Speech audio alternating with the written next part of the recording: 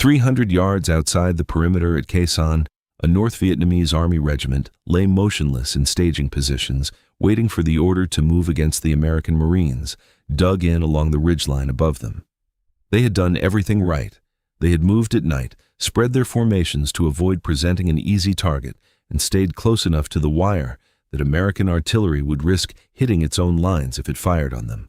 What they could not do, what no one on the ground in Vietnam could ever do, was hear the aircraft already committed to their exact coordinates, cruising 30,000 feet above the cloud ceiling, invisible, inaudible, already past the point where evasion meant anything. The first indication any of them had that death was arriving came in the same instant it actually arrived. A captured North Vietnamese officer would later admit that 75% of his regiment had been wiped out in a single strike that lasted less than a minute. To understand how 8 aircraft the enemy could neither see nor hear became the single deciding factor in the most watched siege of the entire Vietnam War, we have to go back to a decision President Lyndon Johnson delayed for months, terrified of what it might mean to unleash a weapon built for an entirely different kind of war. The B-52 Stratofortress had been designed in the early 1950s for one purpose: carrying nuclear weapons deep into Soviet territory as the backbone of Strategic Air Command's deterrent force. By 1964, with ground combat escalating in Vietnam and American commanders desperate for a way to strike enemy troop concentrations and supply routes that conventional tactical aircraft couldn't reach or couldn't destroy, the Air Force began training bomber crews to deliver conventional high-explosive bombs instead of the nuclear payloads the aircraft had been built around. Many American politicians worried that committing the Cold War's most iconic strategic bomber to a limited war in Southeast Asia would look like an uncontrollable escalation. The political argument delayed the program for months before the first strike finally launched. On June 18, 1965, 27 B-52Fs took off from Andersen Air Force Base on Guam and struck a Viet Cong stronghold in War Zone D, dropping 750 and 1,000-pound bombs on a target the crews had never trained to hit under these specific conditions. The mission itself was marred by tragedy before a single bomb landed on the enemy. 2 of the bombers collided in mid-air while circling to await aerial refueling, a reminder that even a weapon this powerful carried real risk for the men flying it.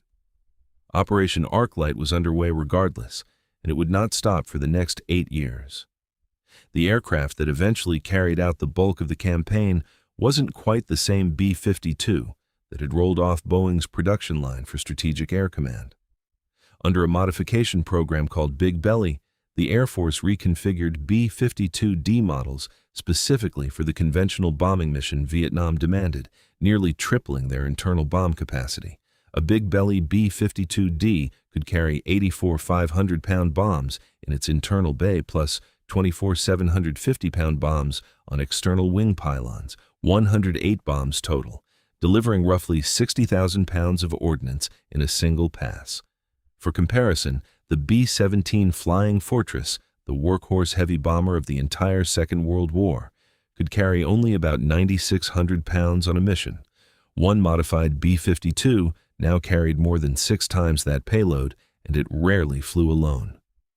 Arclight missions typically launched in formations of 3 aircraft, known throughout the campaign as a cell, sometimes combined into larger groups called a wave when a target demanded overwhelming saturation. Flying at 25 to 30,000 feet, well above the operational ceiling of the small arms and light anti-aircraft fire that made low-level missions dangerous, a single 3-ship cell could blanket a target box, roughly 1.2 miles long and 0.6 of a mile wide, with high explosives in a matter of seconds. Nothing inside that box was expected to survive intact. Precision targeting for a bomber flying that high, often through monsoon cloud cover that grounded tactical fighters entirely, depended on a ground radar system that gave Arclight its real teeth. 7 ground control radar sites, part of a program called Combat Sky Spot, operated by the 1st Combat Evaluation Group, covered South Vietnam, eastern Cambodia, southern Laos, and the southern portion of North Vietnam. Radar operators tracked each B-52 formation from as far as 200 miles away and radioed the precise release point back to the aircraft, allowing strikes to proceed with confidence even when the crews themselves could see nothing but cloud beneath them. That capability mattered more than almost anything else during the 6-month siege that would become Arclight's defining moment.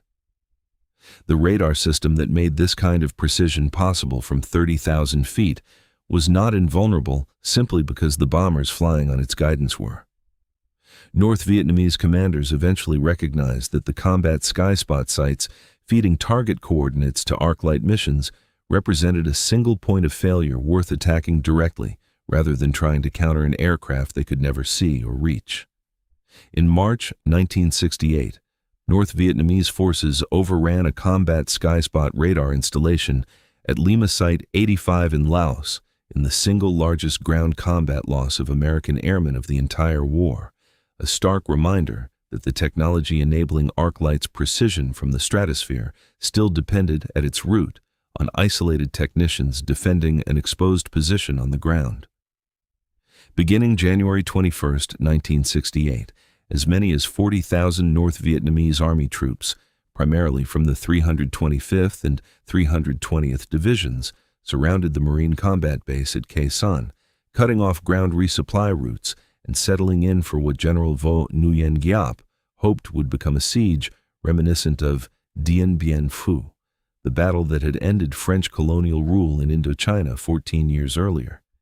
President Johnson, acutely aware of that historical parallel, had a physical mock-up of the Khe Sanh terrain built in the White House basement so he could track the battle's progress in real time, hour by hour, terrified of presiding over an American version of the same catastrophe.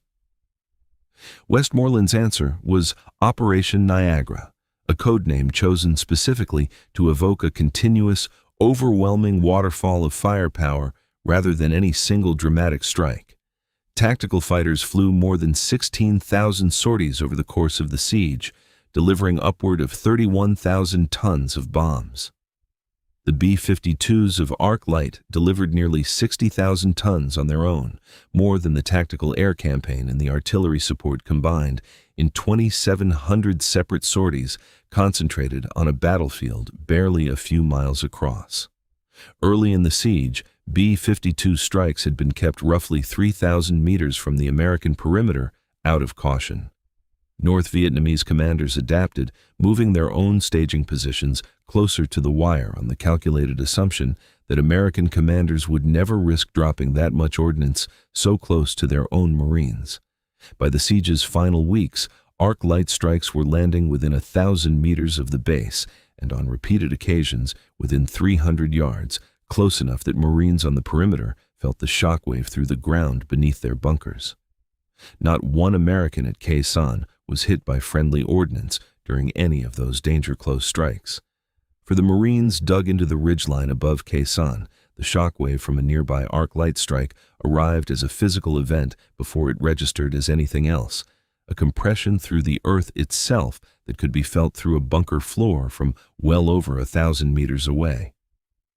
Veterans of the siege consistently described a specific, disorienting relief in that sensation rather than fear, because a shockwave that reached their own position meant the strike had landed close enough to hit whatever had been massing against them, and every one of those strikes that struck close without striking friendly lines was, by definition, doing exactly what 6 months of desperate defense needed it to do.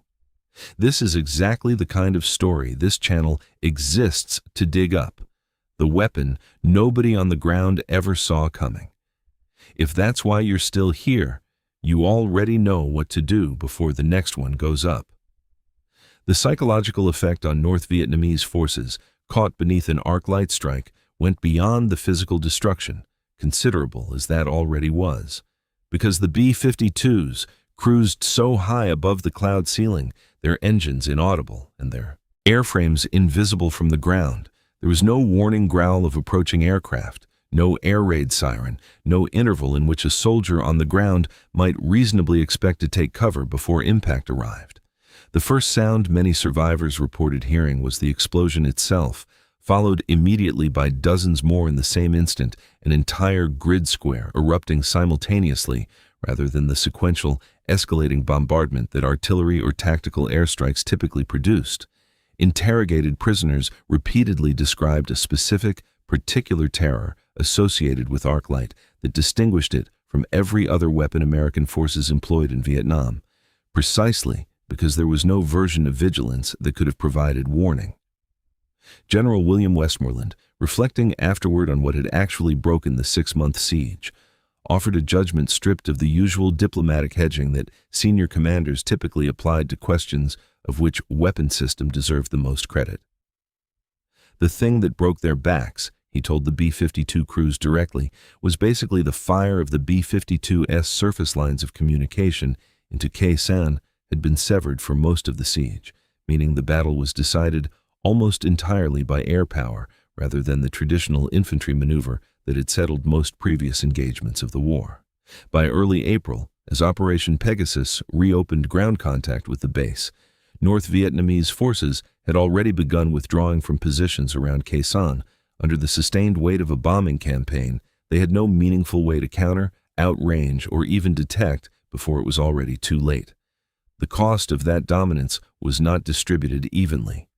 Between June 1965 and August 1973, Strategic Air Command flew over 126,000 arc light sorties across Southeast Asia, delivering more than 2.7 million tons of bombs, the overwhelming majority into South Vietnam, Laos, and Cambodia, rather than the heavily defended airspace over North Vietnam itself, where anti-aircraft defenses eventually grew sophisticated enough to make B-52 losses a serious operational concern by the war's final years.